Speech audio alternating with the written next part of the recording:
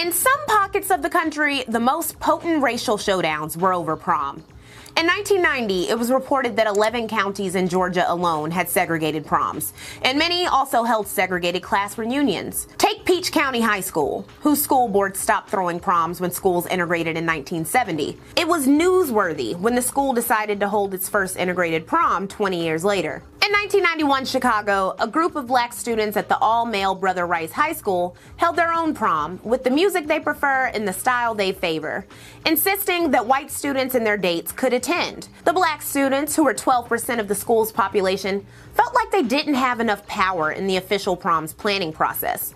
It all started because the official prom's playlist was going to be culled from the top 3 suggestions of each member of the senior class. And because there were more white students than black ones, black songs wouldn't be chosen.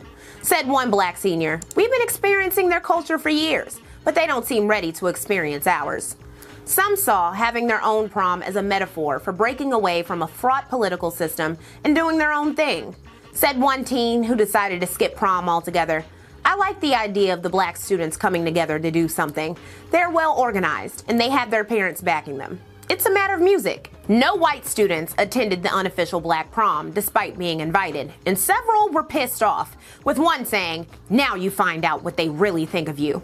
Detailed the New York Times. And so while about 200 white couples and 6 black couples danced to rock music in 2 adjoining ballrooms at the Marriott Hotel, about 30 black couples listened to the Isley Brothers and Roy Ayers, danced the electric slide, and crowned their own prom king and queen at the McCormick Hotel. Hours into the evening, there were bursts of applause as several of the black couples who had gone to the main prom to spend time with their white friends showed up at the McCormick. An angry black observer wrote into the Chicago Tribune saying, "I think every effort should be made to help those young black students know and understand that they were basically wrong in having a separate prom." But one of the black prom's organizers, Edward Jones, said, "We love being black. This makes me proud to be black. If at our 20th year reunion the white students want to sit and point fingers at us, that's okay. We know we did something meaningful." Does anybody have a plug on Edward Jones from Chicago, graduated Brother Rice in 1991?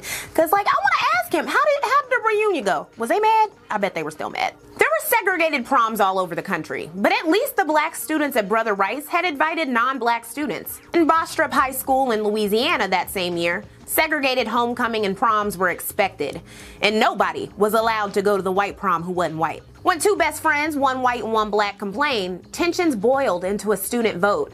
Complained the principal, "It's a good idea in another place. People aren't ready for that in Bastrop. It's not our custom down here to have integrated dances." Said one white 17-year-old, "I'm against it because I couldn't stand it if one of them said to my girlfriend, 'I want to dance.'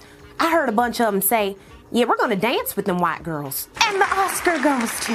While the students voted 240 to 229 to integrate prom, the white prom committee chose to have a separate, whites-only spring formal. In February 1994, 55-year-old principal Hulond Humphries told assembled students at Randolph County High School in Wedowee, Alabama, that he would cancel prom, which was integrated, if anybody attempted to bring a date of a different race. An interracial girl with a black mother and white father named Revonda Bowen, who had a white boyfriend named Chris Brown, facetiously asked who she, as a mixed girl, should bring, which led the principal of 26 years to call her birth a mistake. This event catapulted the small town of 800 to 900 people into the media spotlight. 33% of the school was black, as was the town, and Revonda's parents, as well as her mother's community, rebuked the principal. The thing was, prom was just the catalyst for addressing other racial problems that black parents had been afraid to address.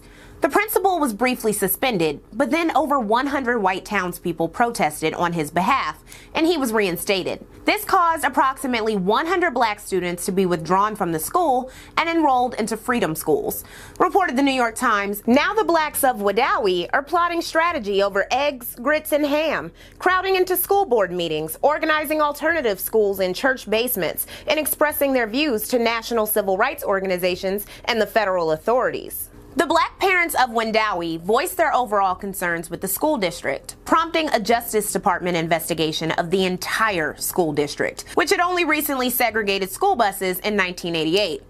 Per Education Week, roughly a quarter of the 2,400 students who attend the Randolph County schools are black, according to the Alabama Education Department. Yet the Justice Department found that the district's central office staff, its principals, and its guidance counselors are all white. Since the district was ordered to desegregate in 1970, the percentage of black teachers has dropped by more than 60%. It was also determined that Humphries, who was known to implement corporal punishments for infractions like having a bad attitude, punished black students way more often than white ones. Revonda Bowen eventually won a $25,000 settlement against the school district, and 21 couples attended a counter prom in defiance of the school's support of Humphries. In August, it was announced that Humphries was being replaced, and mysteriously on August 6th, after Humphries was seen leaving his office for the final time with a box of his belongings, the school was set on fire. Chris Lynn Johnson, the son of Reverend Emmett Johnson, a vocal boycott leader, was arrested for the crime. Insanely, Humphries had brought gas to school 2 days before the fire, but was never seriously investigated by police. Johnson was eventually found not guilty in 1995, but nobody was ever punished for the arson, and black locals insisted the arrest and trial were done to intimidate them. Meanwhile, Humphries went on to be the superintendent of the Randolph County School District.